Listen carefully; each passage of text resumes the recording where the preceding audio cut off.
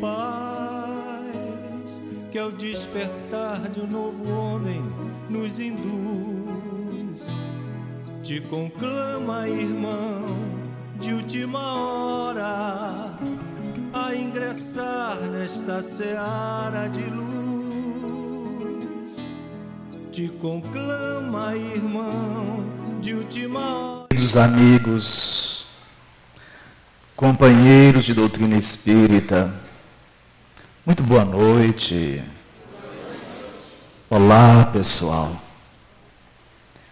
Que bom momento a vida nos concede. Nos reunirmos sob as bênçãos do Mestre e conversarmos sobre a doutrina querida que tem alicerçado aos poucos a nossa felicidade. Eu venho de Minas Gerais, do norte daquele estado. Eu sou de Montes Claros. E como foi anunciado, a casa me ofereceu a oportunidade de trabalho, de estudar com vocês um pouco acerca da obsessão no lar. O espírito Casimiro Cunha, pelas mãos do nosso Chico Xavier, teve a ocasião de nos oferecer uma página muito rica. Ele a intitulou Carta às Famílias. E nesse texto, o poeta, usando da inspiração que lhe é peculiar, começou por nos dizer assim: é certo que sobre a terra, nas lutas de expiação, muita vez o lar se forma para a dor da redenção. Por vezes, os inimigos de existências passadas recebem o mesmo sangue em lutas amarguradas. É o resgate doloroso, a algema que no futuro transforma o ódio tigrino em tesouros do amor puro.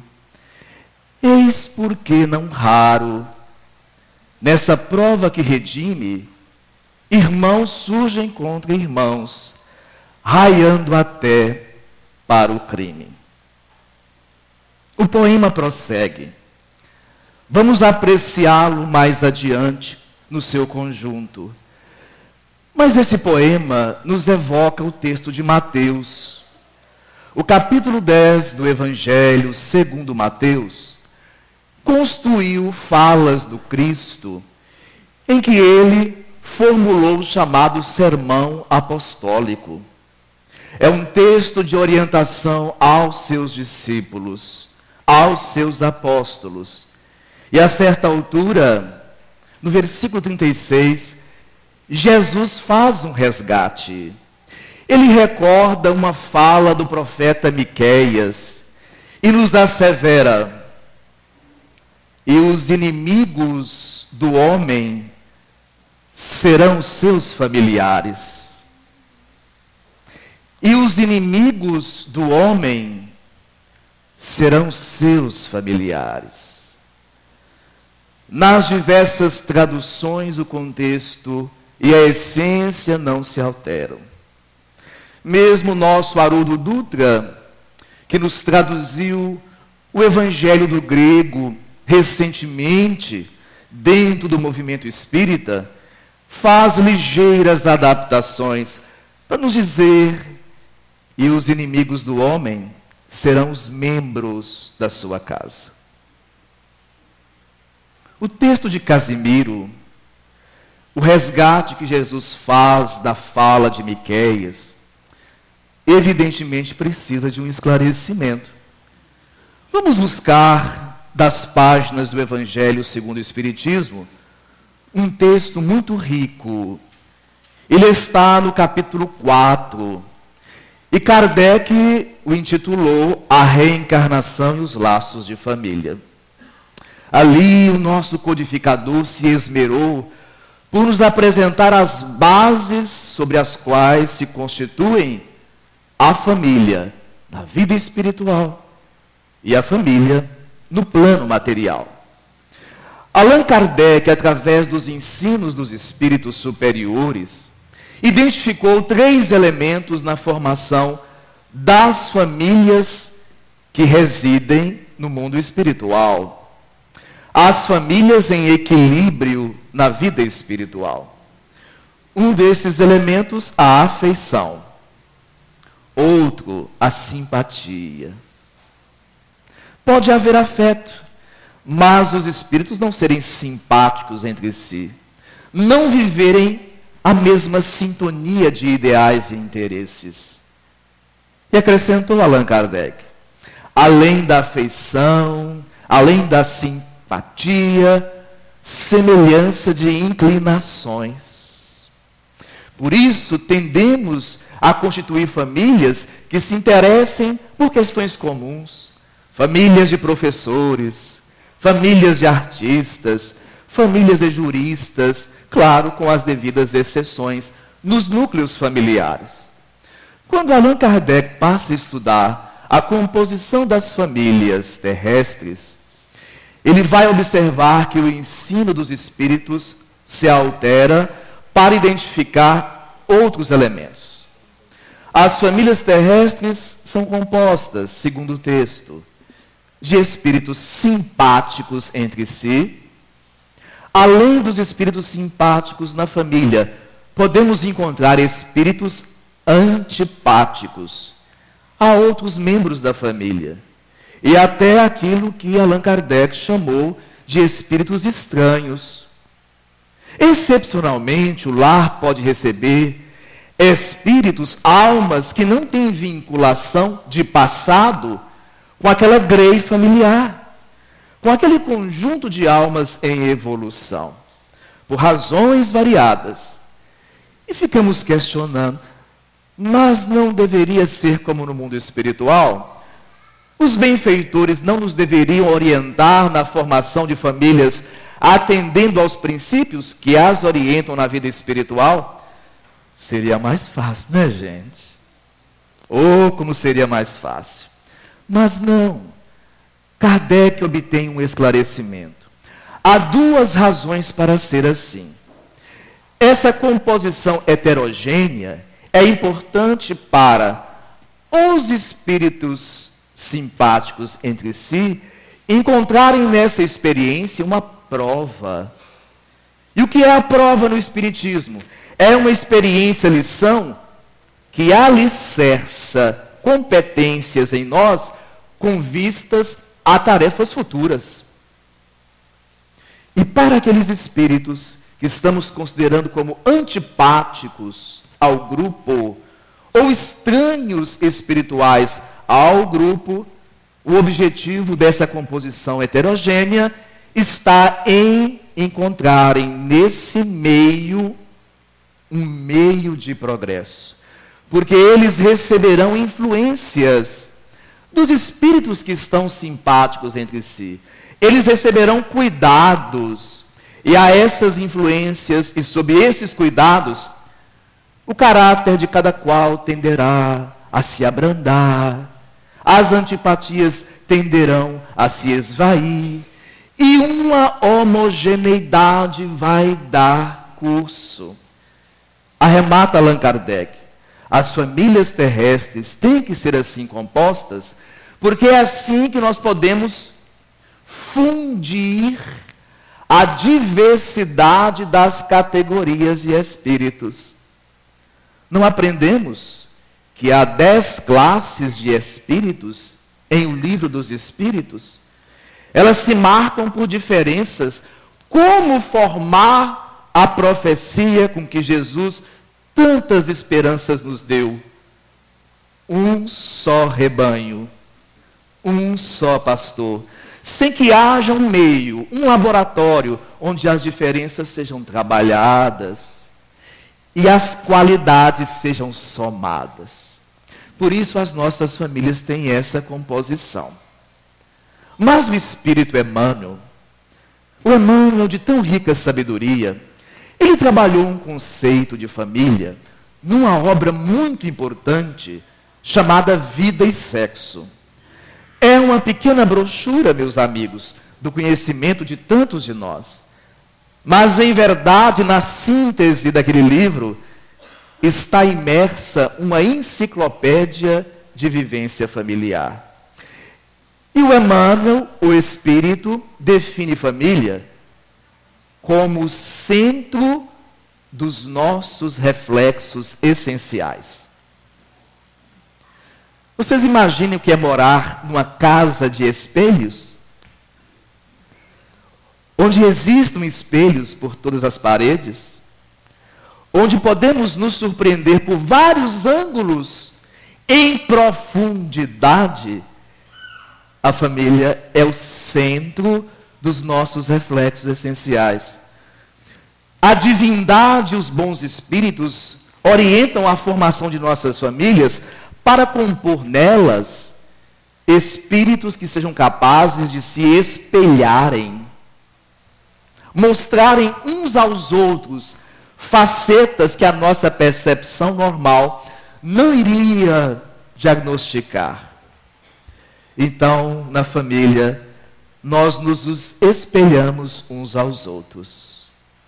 É curioso, porque o Espírito Emmanuel, em outra obra sua, vai usar de um conceito semelhante para definir a experiência que queremos analisar nessa noite, a obsessão. Ele vai dizer que obsessão é o equilíbrio de forças inferiores. É o equilíbrio de forças inferiores se retratando entre si. Ora, toda vez que num relacionamento o pior em nós for projetado reciprocamente com o outro, nós estamos numa experiência obsessiva. A obsessão não é um fenômeno entre os espíritos encarnados, vitimando, por assim dizer, os espíritos encarnados. É um momento dos relacionamentos em que acontece um equilíbrio entre as forças inferiores de ambas as partes, umas retratando as outras.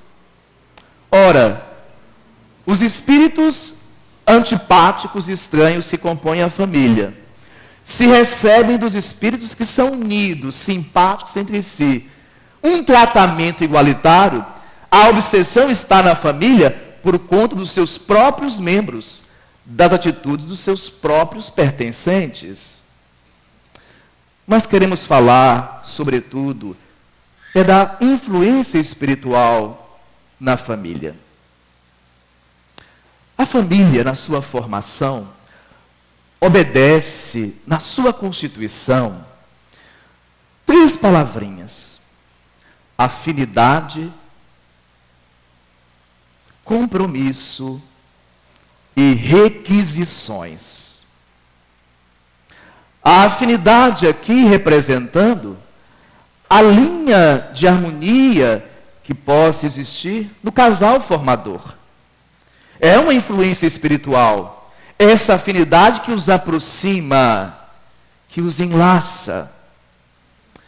Compromisso. Boa parte dos casamentos são casamentos que foram arranjados no entendimento dos dois na vida espiritual. Mas há hoje em crescimento os casamentos acidentais. Os casamentos acidentais respeitam a lei de afinidade, mas entre esses espíritos não houve um contato no ontem. Não são almas que se vincularam pelo passado em comum. Estão se encontrando, por assim dizer, no contexto da evolução, pela primeira vez. Mas têm certas afinidades entre si, e eles creem que essas afinidades justificam o envolvimento matrimonial. Mas boa parte dos casamentos são casamentos preparados na espiritualidade. E aí acontece a retomada do acordo afetivo. Eu, provavelmente, depois de minhas revisões na vida espiritual, pela última andança por lá, me aproximei de uma certa criatura muito fofa, que hoje se chama Patrícia Godoy, e fiz promessas de revisão. E disse que iria mudar, queria rever as minhas linhas de conduta, que ela me confiasse mais uma oportunidade. eu receberia até 4 filhos com ela. E a pobrezinha inocente concordou. E um dia ela chegou no centro espírita com os olhos luminosos. Foi uma quarta-feira, lá do começo de 1995. E o nosso dirigente da casa, experiente, olhou-a e disse: Patrícia, você está amando. Ora, José, como você descobriu? Pela luz dos seus olhos. Modéstia à parte, eu era a causa daquela luminosidade especial. Mas entra em cena a palavrinha requisições. Quando os dois entabulam um namoro, preparam a vida em comum, nós temos uma diversidade de laços espirituais. Muitos companheiros, cúmplices, ou até prejudicados do passado, em observando a nossa nova oportunidade, se sentem no direito de nos fazerem requisições. Assim se formam normalmente as influências obsessivas no tempo do namoro, no tempo do noivado ou nos primeiros dias do casamento. Quando esses irmãos da vida espiritual, em nos identificando o sonho, a promessa de realização, pensam assim: ele me deve o retorno, ela me deve o regresso. E as influências, em virtude do passado, começam a acentuar em nós a ideia da necessidade dos filhos. As requisições são um fenômeno curioso, porque aquele quadro emocional tranquilo, sereno, que poderia estar havendo entre o casal, de repente começa a se agitar. Uma inquietação afetiva começa a surgir. O Espírito Emmanuel, no seu trabalho já mencionado, ensina-nos o seguinte: o espírito reencarnado nenhum proveito obteria do casamento se pretendesse se imobilizar no êxtase do noivado. A gente não gostaria, aquela coisa gostosa do noivado, do namoro, se perpetuasse indefinidamente? Aquele sonho, às vezes aquela fantasia. Na minha casa, nós temos um jardim. E eu fico estudando, às vezes, o comportamento dos passarinhos. Lá mora um casal de bem-te-vis, que fez um ninho grande lá no alto do ipê. Mas tem um casal de papa-capim que visita o meu quintal, que quer fazer ninho numa palmeira pequenina. Eles namoram, passeiam, aquela alegria dos trinados, formam um ninhozinho. Mas quando o ovinho gera o bichinho, nós temos um cachorrinho lá em casa, de quase 1,5 metro de altura. Até hoje não vingou um passarinho. Existe uma ciência de colocar o ninho dos filhos na árvore certa, na altura correta. Muitas vezes a inquietação das requisições, as pressões espirituais pela prole, nos fazem enganar de árvore e de altura. Antecipamos compromissos que não estão para o momento. Então Emmanuel fala com clareza: não queiramos perpetuar namoro e noivado no casamento. Ele acrescenta: é muito comum que se alterem. É muito comum que se alterem as condições afetivas quando o navio do casamento se afasta do cais do sonho para o mar largo da experiência. Aquele primeiro quilo de sal. Hoje em dia não basta 1 quilo. Olha só a sabedoria do mentor. É necessário que se mudem as condições do afeto em casa. Os antigos intuíram isso, nos prometendo uma lua de mel. E nós, encantados com a tal da lua de mel, não procuramos entender o seu significado. A lua não tem 4 fases? O mel do sentimento no casamento tem pelo menos 4 fases. Há o crescente, há o minguante, há a lua nova, dos encantos novos que podem surgir. Quando aprendemos a descobrir belezas no cônjuge, há fases variadas. É comum, é necessário mudar no curso do casamento, interesses, objetivos, experiências afetivas. E a metáfora do mentor é de muita profundidade. Ele compara os relacionamentos a uma embarcação. Mas hoje a gente desaprende a arte dos concertos. Hoje, cada vez mais, as pessoas compram o serviço ou compram os produtos prontos. Quantas pessoas se interessam em fazer alguma coisa, aprender a reparar alguma coisa em casa? Pouca gente. E o barco do casamento não tem peças substitutas. Você tem que aprender a reparar as peças que se estragarem. Todo relacionamento não tem peças substitutivas. Porque, gente, alma não é coisa que se descarta e se repõe, como tem acontecido na atualidade. A alma, gente, é um ser divino. E esse ser merece que nós reparemos os desarranjos que possam brotar das nossas desinteligências. É necessário deixar o cais dos sonhos, as promessas, as fantasias de facilidade e começar a rumar para o mar largo da experiência. Esse sair do cais dos sonhos, esse ir para o mar largo das experiências, o que significa? A fase das descobertas de um em relação ao outro. As descobertas sobre o outro, sobre nós mesmos no relacionamento, deveriam ter se aprofundado no namoro. Mas hoje não é sempre assim. E aí, o afastamento principia, as descobertas vão surgindo. Emmanuel coloca que os primeiros desafios do casal, quando esse navio deixa o cais dos sonhos, é enfrentar os rochedos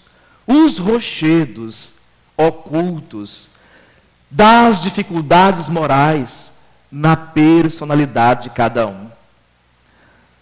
Namoros de maré alta, de hormônios eriçados, favorecem a ocultação das imperfeições que estão em cada um de nós.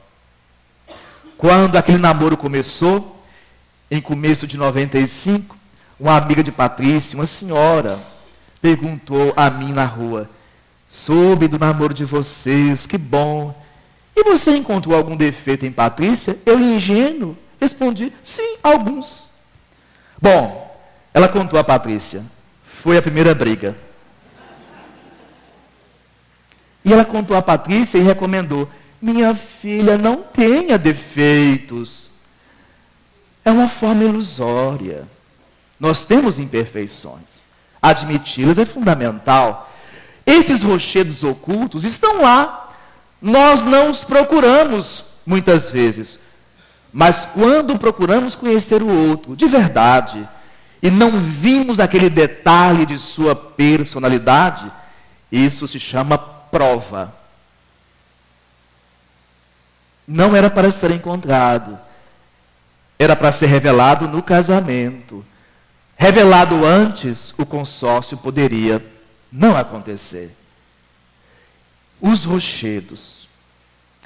Quando consegue o casamento navegar além das fronteiras dos recifes pontiagudos, perigosos, que podem furar os cascos e levar ao naufrágio, a experiência a dois, logo nos primeiros anos, vem o mar largo da experiência. E nesse mar largo, muitas vezes, acrescenta Emmanuel, nós vamos nos deparar com as águas mortas do desencanto.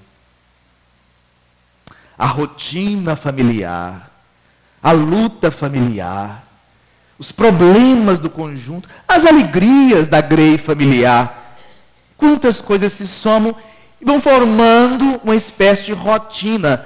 E às vezes, infelizmente, a rotina é substituída por uma apatia chamada marasmo, desencanto, águas mortas do desencanto. São as crises conjugais que vão acontecendo mais adiante.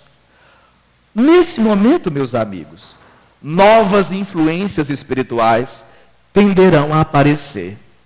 Lá na travessia dos recifes, dos rochedos ocultos, muitas almas sintonizando com antigas atitudes nossas que renovamos nesses momentos, se aproximam do lar e aplicam nos seus projetos de trazer dores, sofrimentos, punições, retaliações a nós, uma técnica muito conveniente na formação do convívio familiar.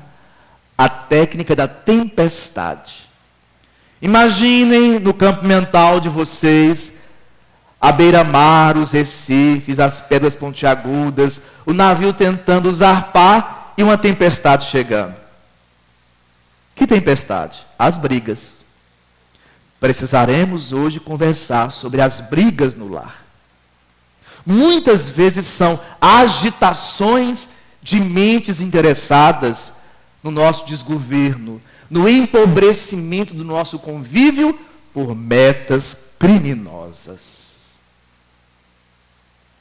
Quando o casamento e a família vai além dos rochedos, há um aparamento das arestas das personalidades em convívio, no mar alto, as águas do desencanto muitas vezes sugerem a espíritos antagônicos ao nosso lar a técnica da ilha da fantasia. Aqui há jovens que não conheceram um célebre seriado de TV chamado A Ilha da Fantasia. Mas tem muita gente que vai lembrar comigo como é que era. Um lugar parasidíaco, onde todos os sonhos se realizavam. É quando os cônjuges começam a ser visitados pelas ideias de um interesse afetivo fora do lar. Eu conheci uma amiga, uma excelente espírita, em nossa região do norte de Minas. Trabalhadora vinculada, uma família com 2 meninos já quase adultos. E ela, na sua instituição, recebeu como colega de serviço um companheiro que veio de fora. Logo se descobriram espíritas. As trocas, a vivacidade no diálogo. E o esposo dela era alguém que não caminhou nos passos de formação intelectual, espiritual, a que ela se entregou. Ele estava no interesse um tanto atrás dos nobres interesses dela. E de repente alguém que fala a língua dela, que corresponde aos projetos dela. Ela nos procurou em nossa cidade para um atendimento fraterno, supondo ter encontrado, entre aspas, a sua alma gêmea. Alguma coisa está errada. Um casamento, 2 filhos, por acaso? Existirá o acaso? Obviamente que o marasmo, o desencanto do seu casamento, a mesmice da sua rotina, lhe fez, numa mulher de 40 e poucos anos, ressurgir o sonho por um convívio mais carinhoso, mais terno. E aí ela esperançou-se dessa relação. O atendimento não dita comportamentos, sugere reflexões. Ela voltou para sua terra, não satisfeita com as sugestões, procurou um atendimento com um médico psiquiatra espírita em Belo Horizonte. O companheiro, dentro da sua perspectiva, entendeu que o primeiro casamento não existia mais. Ela estava liberta. Ela voltou, contou-me alegre, desfez seu casamento. O outro colega de serviço também era casado. Pai de família. Enfim, ela deixou a sua região. Ele mudou-se para outra cidade. Deixou sua família. E os dois estão tentando uma vida em comum. Não existe realização pessoal em cima da infelicidade dos outros. As ilhas da fantasia são técnicas muito ardilosas. Acaso não tenho eu direito ao amor? Espírito imortal não poderia recomeçar de novo? Poderá, inclusive. Na sugestão de André Luiz, ao findar essa encarnação, você pega a pedra preciosa que Deus lhe ofereceu por companheiro ou companheira e devolve ao lago ou ao rio da vida. E passa a bateia do seu interesse no leito do rio da vida, em busca da pedra que um dia lapidada possa refletir os seus interesses maiores. O divórcio é uma possibilidade. Em situações extremas, todos sabemos. Então, nesses momentos, algumas companhias espirituais podem intensificar nossas brigas. E o que são as brigas? As brigas são algo muito útil. O Paulo vai me pedir para descer, sentar. Não. As brigas podem ajustar e outras brigas podem desajustar relacionamentos. O que é brigar?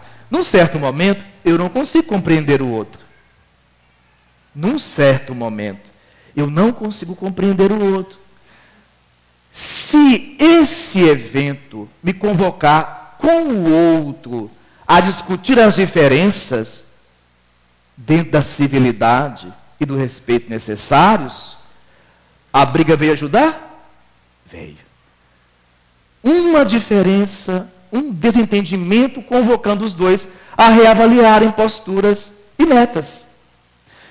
Mas na hora do desentendimento, em que eu não consiga entender o outro naquele momento, eu aproveitar-me disso para jogar fagulhas no campo da alma que ainda é seco do meu par, do meu filho, do meu irmão, do meu pai. O que pode acontecer com fagulhas de ironia, de agressividade, de desrespeito, na área em que o outro ainda não tem como suportar, como entender e, quem sabe, nos perdoar? E às vezes, gente, nós jogamos não é fagulhas, não, é brasas acesas. É isso que a obsessão pretende com as brigas recorrentes em casa, entre pais e filhos, irmãos, maridos e esposas, é que comece a haver um estado de desgaste do relacionamento. Porque as brigas sucessivas levam sempre a um ponto em comum, o cansaço. A gente acaba se cansando daquilo, desesperançando-se daquilo, aceitando já a separação no campo íntimo do outro. Outra coisa que as brigas provocam nessas influências espirituais é um campo mental favorável à sintonia espiritual nefasta, à sintonia espiritual perigosa. Que campo mental é esse? Joana de Ângeles nos esclarece. É o campo mental formado pelo ressentimento. Essa mentora espiritual sugere nos seus estudos que o ressentimento é a matéria-prima que modela a maioria das obsessões. O ressentir é recordar de forma obcecante a ofensa, a negligência, o desamor do outro, recordando, nós vamos passar por um processo que do ressentimento poderemos desaguar em algo mais grave, que é a mágoa.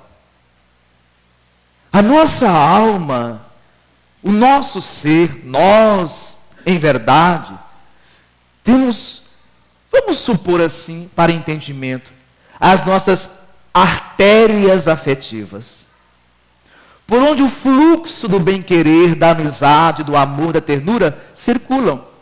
A mágoa é um coágulo, é uma obstrução de uma artéria dentro dos nossos sentimentos, com perigo de acidente vascular. O que a mágoa interessa?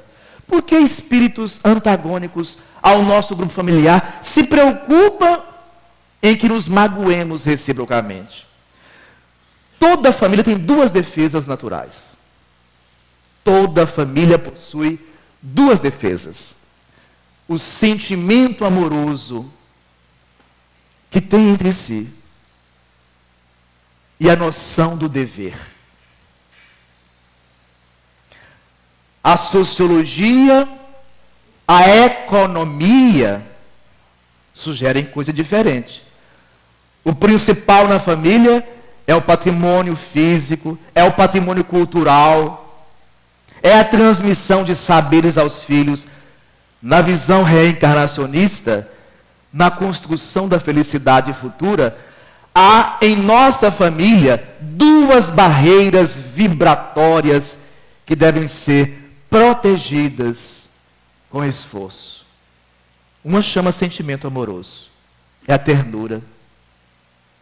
Para o casal, a sexualidade sem ternura é um apetite físico. Quando a ternura entra no convívio da intimidade dos dois, precedendo o convívio, a ternura regula o instinto, equilibra as aspirações. Mas se o instinto grita, a ternura cala. Os filhos e os pais. Existe um sentimento amoroso natural entre nós. Esse filho difícil de hoje foi aquele bebê adorável. Foi aquela criatura que aprendeu a olhar o mundo sobre os meus ombros. O que está acontecendo conosco?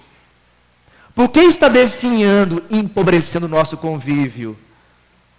Está sendo atacado o sentimento amoroso. A noção de dever é algo muito importante na família.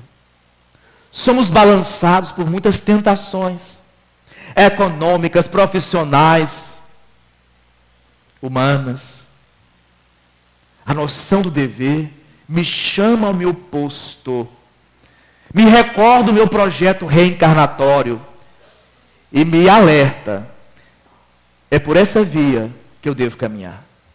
Ao custo do sacrifício, da paciência, da tolerância, muitas vezes. Essas duas situações são objeto das agressões espirituais. Porque uma vez sem sentimento amoroso, sem noção do dever, as barreiras defensivas do lar são desfeitas. A obsessão do lar conta ainda com os facilitadores. Os protagonistas somos nós. Os coadjuvantes, os espíritos que apenas acentuam as nossas imperfeições. Mas há os elementos que cooperam. Por exemplo, os vícios materiais. O alcoolismo.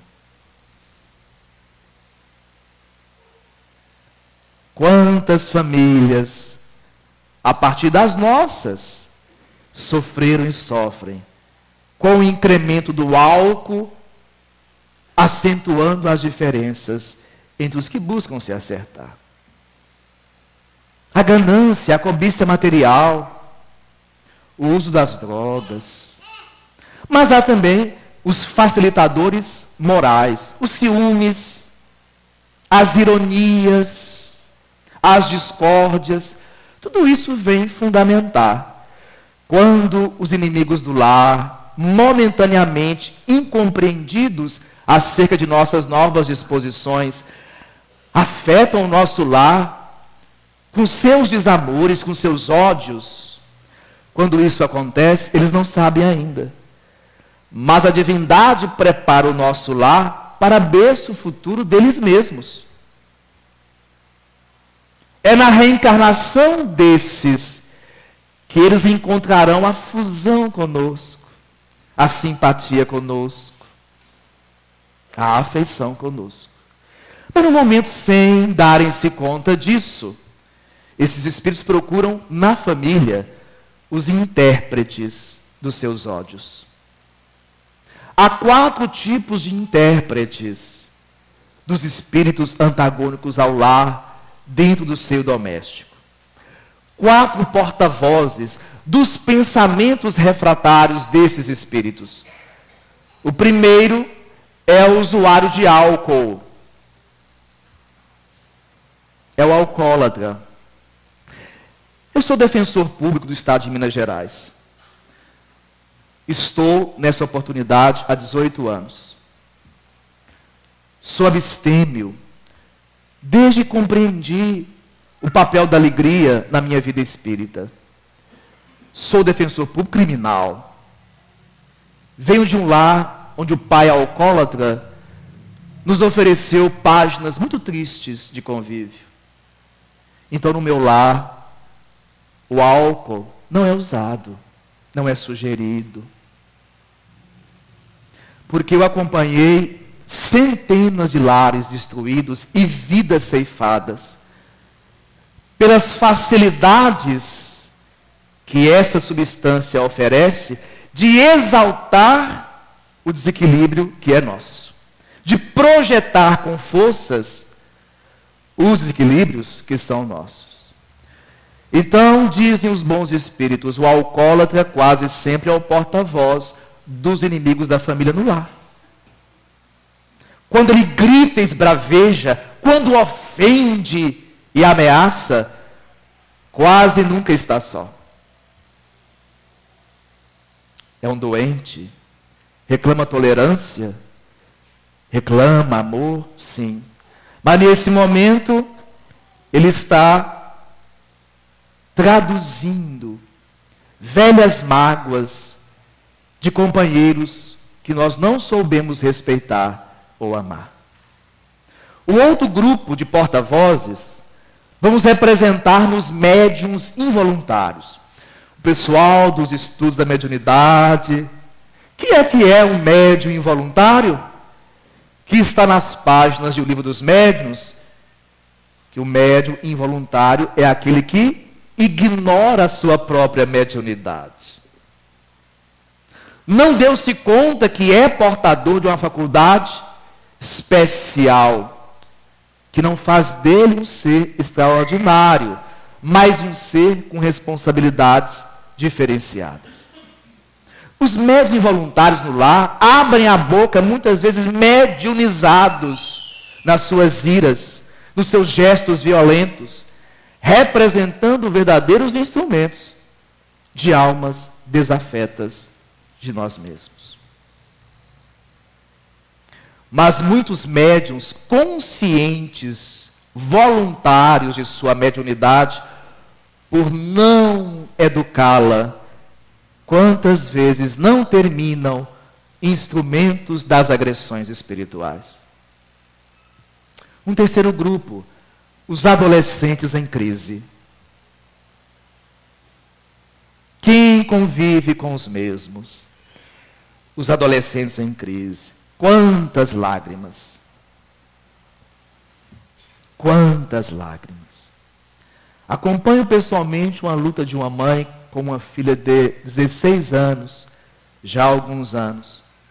Todos os esforços de comunhão que a mãe faculta, a menina repele. Chama a mãe pelo nome, não a chama de mãe. Dá-lhe apelidos. E as duas são espíritas. Isso está além do título religioso.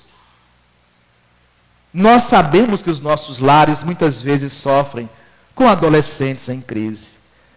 É um momento. O adolescente em crise precisa de uma bússola. A bússola são os adultos na família. O norte está para ali. A criança, o jovem, às vezes se agita, ignora, na sua rebeldia, mas meu pai sabe para onde ir na vida. Minha mãe conhece o porquê da vida.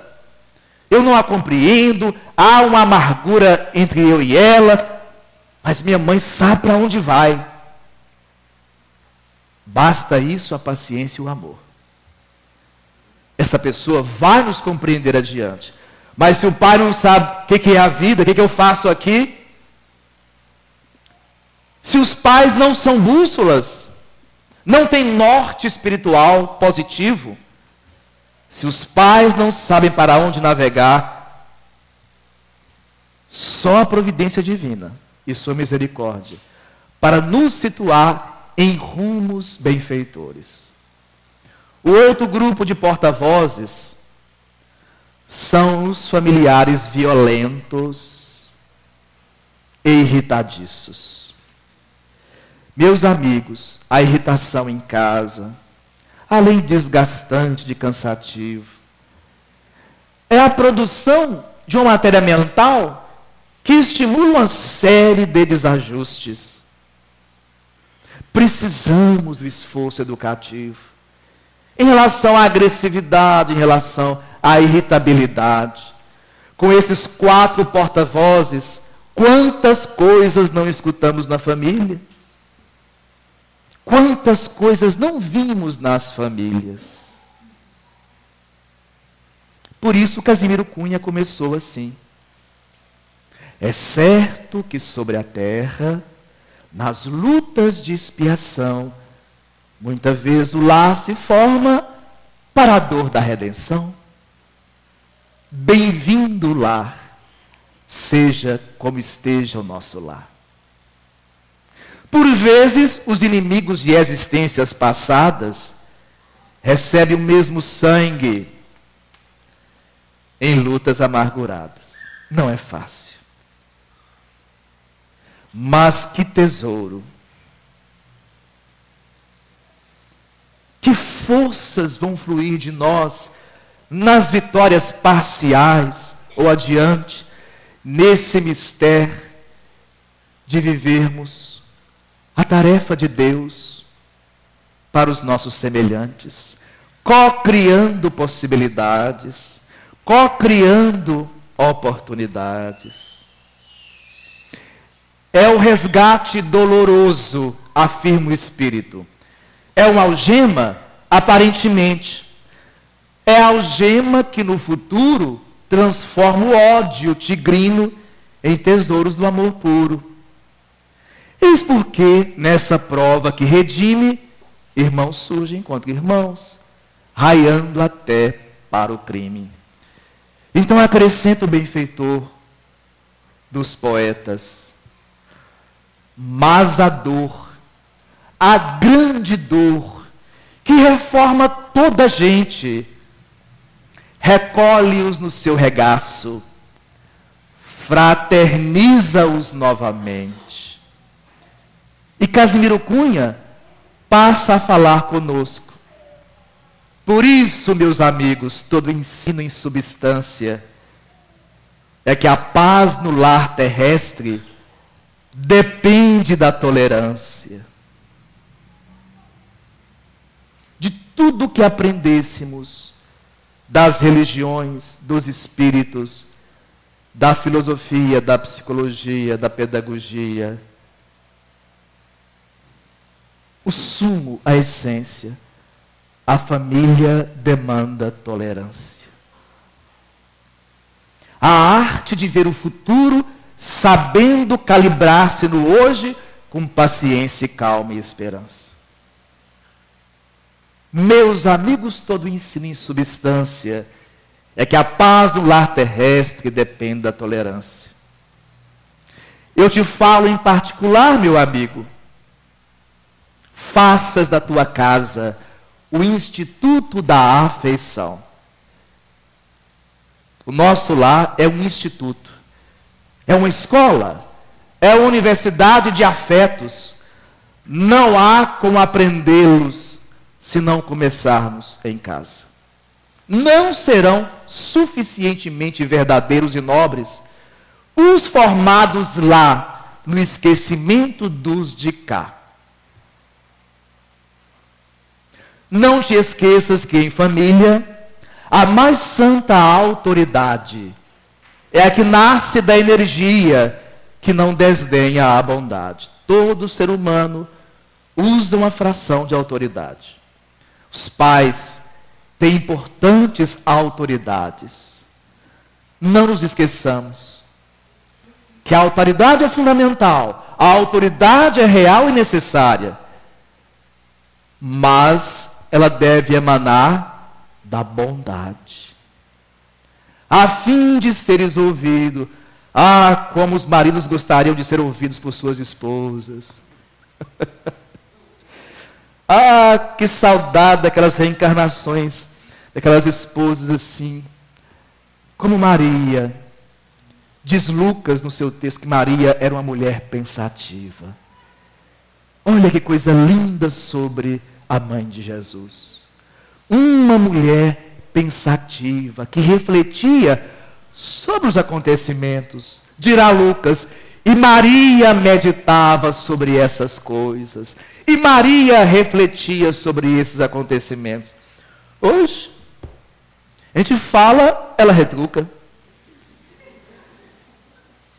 Eu peço a Patrícia, meu bem, não me retruque. Fale comigo assim, boamente, como você fala aos nossos irmãos da casa espírita. Ah, mas ela tem dificuldades. Não podemos reclamar. Ah, meu Deus, outra igual essa eu não vou achar nunca mais. Mas seria bom que ela parasse de retrucar às vezes. Pois é. A fim de seres ouvido. Quem quer ser ouvido em casa?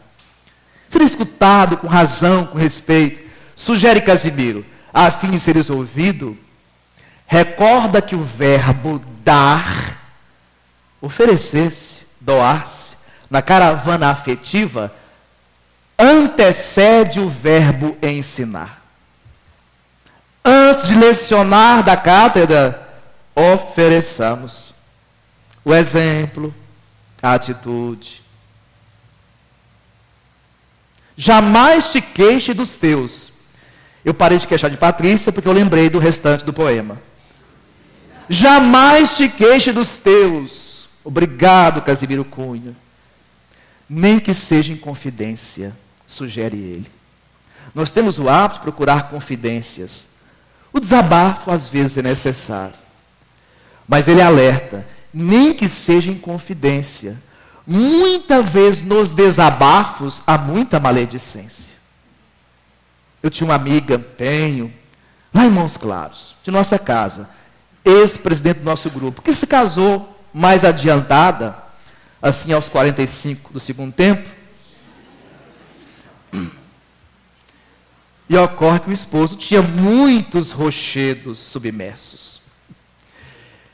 Ela aparecia na minha casa e lixava o coitado. Eu falava assim, Jussara, Jussara, amanhã vocês fazem as pazes. E com que vergonha você vai me olhar.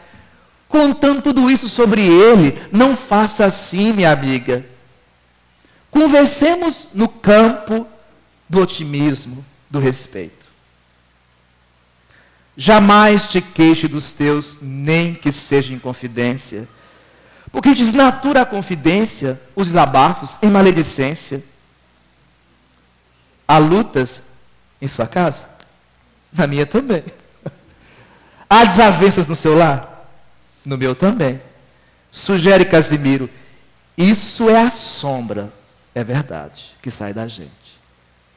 Isso é a sombra que prova a claridade de nossa crença.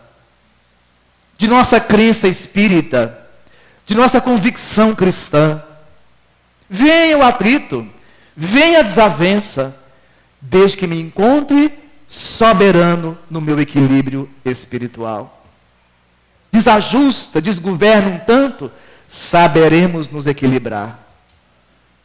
E ele então vai completar as suas orientações às obsessões no lar. Na noite de cada dia, tanta noite nos nossos dias, no mundo de expiação e provas, quantas noites em pleno clarão do sol. Nas noites de cada dia, nas horas das orações, eleva a Deus o apelo de tuas inquietações. Converse com o Pai Celeste. Peça colo. Peça amparo espiritual. Eu adoro colo espiritual. Quando não estou assim tão bem e começo a ter dificuldades, eu peço, meus amigos, quem poderia hoje me visitar, conversar comigo, falar um pouco comigo? Eu vou dormir mais cedo, eu prometo. Não vou assistir o jogo. Farei uma prece mais sentida. Abrirei uma página iluminativa. Me ajuda. Estou precisando. Quanto ao mais, meus amigos, a nossa experiência de sacrifício é uma santa experiência de dor, mas purificando a nossa família para o eterno amor. Com votos disso, de sucesso nas construções amorosas e afetivas do lar, eu me despeço para voltar à minha terra daqui a pouco, doido para abraçar os meus também. Muito obrigado, até outro dia.